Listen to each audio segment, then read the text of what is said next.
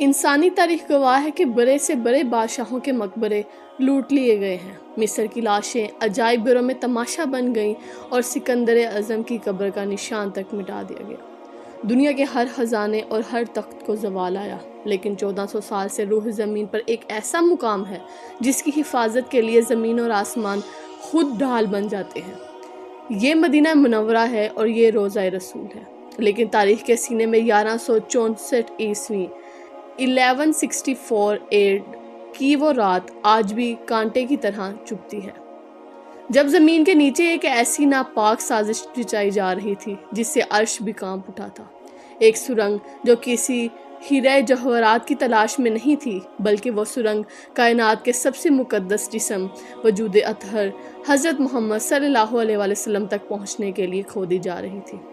مدینہ سو رہا تھا، لیکن ہزاروں میل دور شام کے شہر دمشق میں ایک بادشاہ کی نیند اڑ چکی تھی۔ یہ سلطان نور الدین زنگی تھے، عالم اسلام کے وہ حکمران جن کی ہیبت سے صلیبی بھی کانپتے تھے۔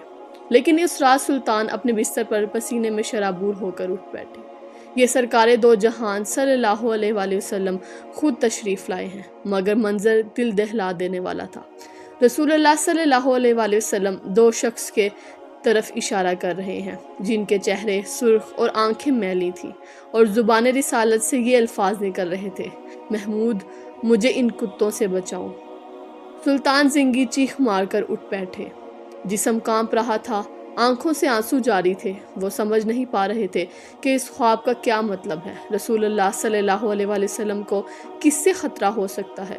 سلطان نے وضو کیا، نفل پڑھے اور دوبارہ لیٹ گئے، مگر خواب پھر آیا، وہی دو چہرے، وہی پکار، مجھے بچاؤ۔ 3 بار ایسا ہوا۔ اب سلطان کے لیے دمشق میں ایک لمحہ رکنا بھی ناممکن ہو گیا۔ رات کے آخری پہر انہوں نے اپنے وزیر جمال الدین موصلی کو طلب کیا۔ یہ وزیر صرف ایک مشیر نہیں بلکہ ایک صاحب بصیرت انسان تھے۔ سلطان نے روتے ہوئے اپنا خواب بیان کیا۔ وزیر نے فوراً کہا، اے سلطان، آپ ابھی تک یہاں بیٹھے ہیں؟ مدینہ منور پر کوئی بڑی آفت آئی ہے، آپ کو فوراً وہاں پہنچنا ہوگا۔ اسی وقت حکم جاری ہوا۔ یہ کوئی سرکاری دورہ نہیں تھا، یہ ایک خفیہ مشن تھا۔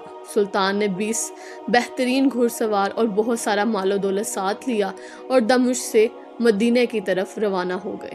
تاریخ لکھتی ہے کہ وہ سفر جو مہینوں میں طے ہوتا ہوگا، سلطان نے صرف 16 دن میں طے کر لیا۔ وہ راستے میں کہیں نہیں رکے، نہ آرام کیا، نہ سوئے۔ ان کی آنکھوں میں صرف ایک ہی تصویر تھی، وہ 2 خوفناک چہرے۔ جب سلطان مدینہ پہنچے تو شہر کی فضا سوگوار تھی۔ سلطان نے سیدھا مسجد نبوی کا رخ کیا، روضہ رسول صلی اللہ علیہ وآلہ وسلم پر حاضری دی۔ آنسوؤں کا سیلاب تھا جو رک نہیں رہا تھا۔ لوگ حیران تھے کہ شام کا بادشاہ اچانک یہاں کیسے؟ سلطان نے اپنے وزیر سے کہا، میں کسی کو بتا نہیں سکتا کہ میں کیوں آیا ہوں، مجھے تو 2 چہرے تلاش کرنے ہیں۔ ایک منصوبہ بنایا گیا۔ اعلان کیا گیا کہ سلطان مدینہ کے تمام شہریوں کو اپنے ہاتھ سے تحائف اور صدقات دینا چاہتے ہیں۔ مقصد یہ تھا کہ مدینہ کا ہر ایک شخص سلطان کے سامنے سے گزرے۔ اگلے دن مسجد نبوی میں ہجوم لگ گیا۔ شہر کا ہر بوڑھا، بچہ، جوان قطار میں کھڑا تھا۔ سلطان ہر چہرے کو غور سے دیکھتے ہیں اور پھر مایوسی سے نظر ہٹا لیتے۔ گھنٹے گزرتے گئے، لوگ آتے گئے، تحائف لیتے گئے، مگر وہ 2 چہرے کہیں نظر نہیں آئے۔ شام ہو چکی تھی، خزانہ خالی ہو گیا، مگر سلطان کی تلاش ادھوری تھی۔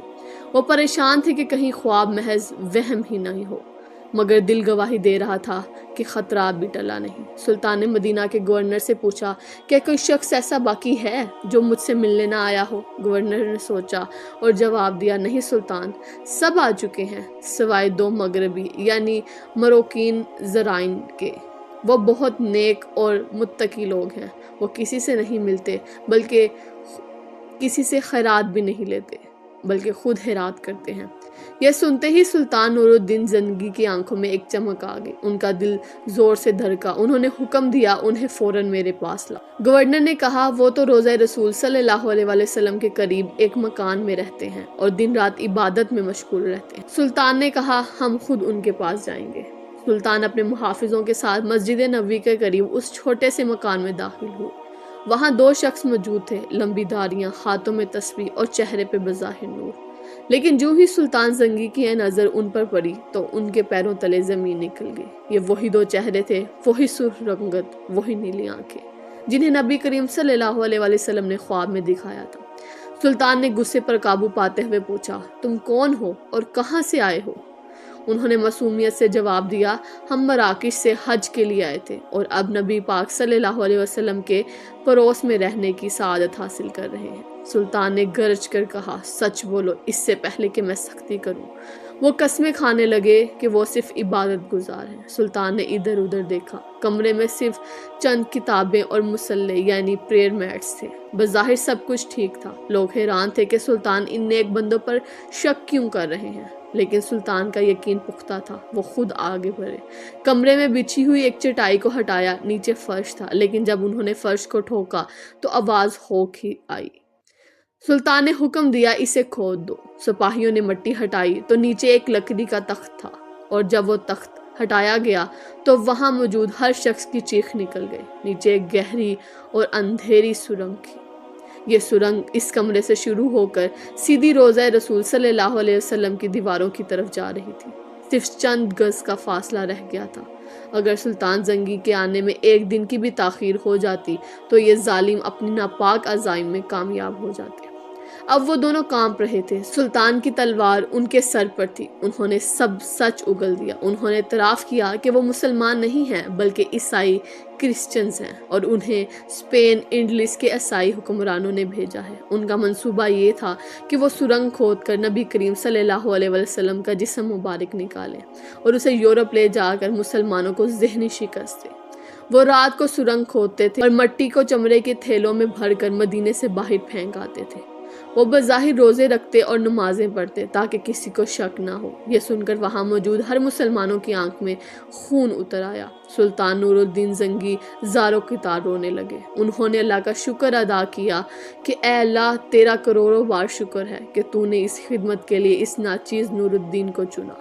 اگلی صبح مدینے کی تاریخ کا ایک عبرتناک دن تھا۔ ان دونوں مجرموں کو اسی جگہ لایا گیا جہاں انہوں نے یہ سازش رچائی تھی۔ سلطان کے حکم پر ان دونوں کو مسجد نبوی کے باہر عبرتناک سزا دی گئی۔ انہیں قتل کر دیا گیا تاکہ رہتی دنیا تک کوئی دوبارہ ایسی جسارت کرنے کی سوچ بھی نہ سکے۔ یہ فتنہ تو ختم ہو گیا، لیکن سلطان کا دل اب بھی بے چین تھا۔ انہیں ڈر تھا کہ مستقبل میں کوئی اور ایسا حملہ نہ کرے، اس لیے انہوں نے ایک ایسا فیصلہ کیا جو آج بھی مدینہ کی زمین کے نیچے محفوظ ہے۔ سلطان نور الدین زنگی نے مدینہ چھوڑنے کا انکار کر دیا۔ انہوں نے ماہر تعمیرات یعنی آرکیٹیکچرز کو بلایا اور حکم دیا کہ مجھے روضہ رسول صلی اللہ علیہ وسلم کے گرد ایک ایسا حصار چاہیے جسے کوئی لوہا نہ کاٹ سکے اور نہ کوئی سرنگ توڑ سکے۔ فیصلہ ہوا کہ سیسا پلائی ہوئی دیوار بنائی جائے گی۔ قبر انور کے چاروں طرف گہری خندق کھود دی گئی۔ تاریخ بتاتی ہے کہ یہ خندق اتنی گہری تھی کہ پانی کی سطح یعنی واٹر لیول تک پہنچ گئی۔ پھر اس خندق میں پگھلا ہوا سیسا ڈالا گیا، ٹنوں کے حساب سے سیسا پگھلایا گیا اور زمین کے اندر ایک ٹھوس دھاتی دیوار کھڑی کر دی گئی۔ یہ دیوار آج بھی 900 سال گزرنے کے بعد روضہ رسول صلی اللہ علیہ وسلم کے گرد ایک پہرے دار کی طرح موجود ہے۔ نہ کوئی سرنگ اسے پار کر سکتی ہے اور نہ ہی کوئی آلہ اسے توڑ سکتا ہے۔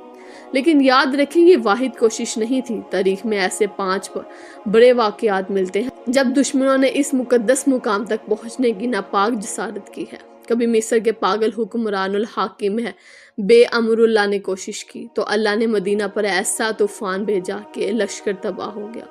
کبھی صلیبی جنگجو رینالڈ آف شلتن نے بحر احمر میں بحری بیڑا اتارا اور قسم کھائی کہ وہ نعوذ باللہ نبی پاک صلی اللہ علیہ وسلم کے جسم کو نکال کر لے جائے گا، مگر ہر بار نتیجہ ایک ہی نکلا، اللہ نے اپنے محبوب کی حفاظت کا ذمہ خود لیا ہے۔ جیسا کہ قرآن مجید میں ارشاد ہے، ترجمہ، اور اللہ آپ کو لوگوں کے شر سے محفوظ رکھے گا۔ آج جب ہم مدینہ جاتے ہیں اور اس سبز گنبد کو دیکھتے ہیں تو ہمیں یاد رکھنا چاہیے کہ اس امن کے پیچھے کتنے پہرے داروں کی قربانیاں ہیں۔ سلطان نور الدین زنگی صرف ایک بادشاہ نہیں تھے، وہ ایک سچے عاشق رسول تھے۔ اللہ نے انہیں بادشاہت اس لیے دی تھی تاکہ وہ اپنے حبیب کے آرام کی حفاظت کر سکیں۔ یہ واقعہ ہمیں بتاتا ہے کہ عشق رسول صرف دعویٰ نہیں بلکہ عمل کا نام ہے۔ اگر آپ کو میری ویڈیوز پسند آتی ہیں اور مزید اس طرح کی ویڈیو دیکھنا چاہتے ہیں تو میرے چینل کو سبسکرائب کریں اور میری ویڈیوز کو لائک اور شیئر کریں۔